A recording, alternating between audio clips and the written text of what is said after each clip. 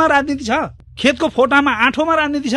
ओल्लो घरको पार्टीको वडा अध्यक्षले जितेको ठाउँमा टनल पाएको छ, पल्लो घरको टनल पाएको छैन।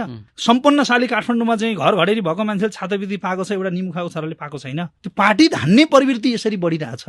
अनि तपाईँ पोभर्टी एलिभेसन केन्द्रमा गएर जोडिएको जोडिएन, राजनीतिक पार्टीसँग जोडिएन, यो जोड्नु हुँदैन। आज तपाईँ विद्यार्थीले छात्रवृत्ति पाउनको लागि पार्टीको चाहिँ टीका लगाइएको हुनुपर्छ। विद्यार्थीले पढ्ने हो कि राजनीति गर्ने हो त नि? एउटा कर्मचारी झोला बोकेर 22 वर्षमा झोला बोकेर 3 दिन स्कुल गएर चाहिँ पेन्सन खाएको छ, कसले बनायो त? त्यो हामीले बनाएको? त्यो शिक्षा जिरो कसले बनायो? त्यो विषयमा उहाँले सोच्नुपर्छै पर्दैन।